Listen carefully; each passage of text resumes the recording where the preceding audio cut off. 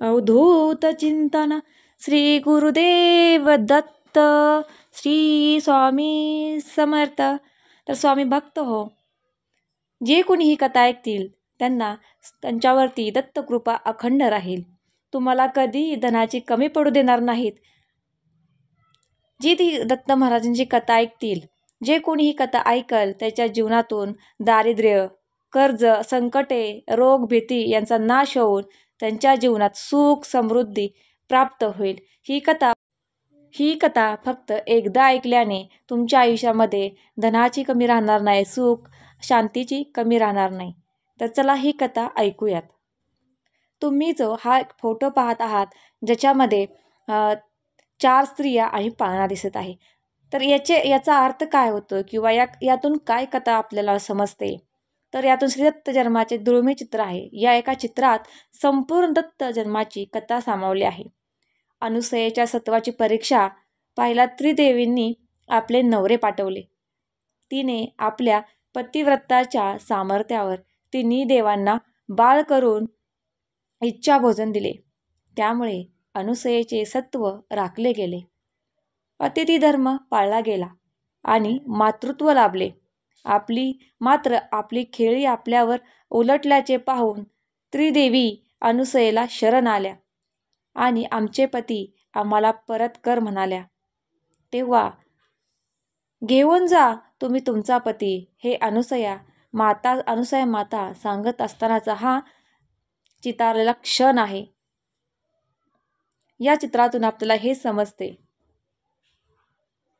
देवांनी बाळ करून इच्छा भोजन दिले, त्यामुळे अनुसयेचे सत्व राखले गेले, अतिथी धर्म पाळला गेला आणि मातृत्व लाभले. अनुसया शून्य अनुसया अति अशी सत्वशील अनुसयेचे देह बोली.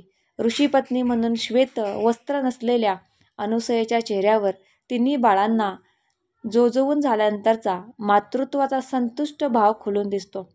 जगाचा ताप हरण करणारे त्रिदेव बालरूपात आल्यावर निश्चिंतपणे झोपी गेलेत.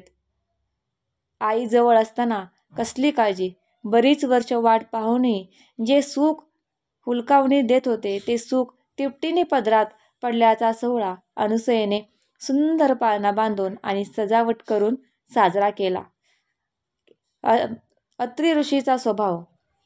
अत्री ऋषींचा आश्रम असल्याने पायाशी व्याघ्रजित अंतरले आहे आणि या 3 विश्वसुंदर्या आपल्या फजितीने खजील होऊन आपला नवरा कोणता हे ओळखण्यात मग्न आहेत. पाठमोरी उभी असलेली, भरजरीत वस्त्र परिधान केलेली, अलंकारमंडित लक्ष्मी बाजूने डोकावणारी लाल साडीतली सावित्री आणि हात दुमडून कुतूहलाने पाहणारी पार्वती, सुखी संसाराचे तेज सौष्ठवते तिघींची हातावरून आणि गौरवनावरून दिसते. एवढे सगळे सुख असूनही अनुसया मातेसमोर तिघी निस्तेज झाल्या आहेत. तिघी आपापल्या जागी श्रेष्ठ, तरी त्यांना आपल्यापेक्षा कोणी वरचढ असेल ही कल्पना सहन न झाल्याने त्यांनी पतीला तिचे शीलहरण करण्यासाठी पाठवले.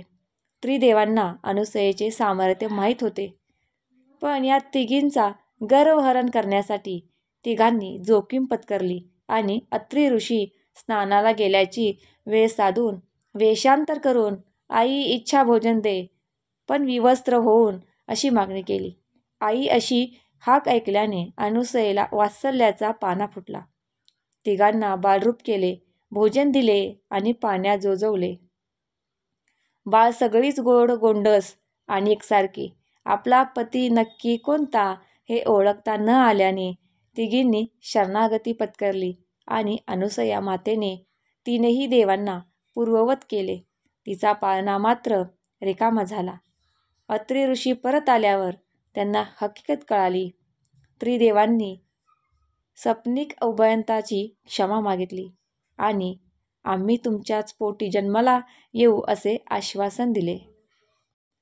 तो आशीर्वाद फळास आला आणि मार्गशीर्ष शुद्ध पौर्णिमेला म्हणजेच आजच्या दिवशी हे त्रिदेव दुर्वास ऋषी, दत्तगुरू आणि चंद्र अशा त्रिगुणात्मक रूपात प्रगट झाले. तर स्वामी भक्त हो, दत्त भक्त हो, आज आपण दत्त जन्माची कथा, बऱ्याचशा कथा आहेत, त्यातली एक कथा ऐकली. ज्याने तुम्ही अगदी शेवटपर्यंत ही कथा ऐकली तरी दत्ताचरणी मी एवढीच प्रार्थना करते की जे कोणी कथा ऐकली असेल त्यांचे दुःख दारिद्र्य दूर कर, त्यांच्या आयुष्यात संतान प्राप्ती होऊ दे, सुख प्राप्त होऊ दे, सर्व इच्छित इच्छा पूर्ण होऊ देत. शेवटी या कथेतून आपल्याला बोध काय मिळतो? तर या कथेतून बोध एवढाच मिळतो की कधीही कोणावरती गर्व करायचं नाही आणि कधीच कोणाच्या भक्तीला किंवा कोणत्याही शक्तीला कधीच कमी समजायचं नाही. तर झालेली सेवा दत्तचरणी स्वामी महाराजांनी रुजू करते. हा व्हिडिओ इथंच थांबवते. श्री गुरुदेव दत्त, श्री स्वामी समर्थ. भेटूया पुढच्या एका छानशा व्हिडिओसोबत.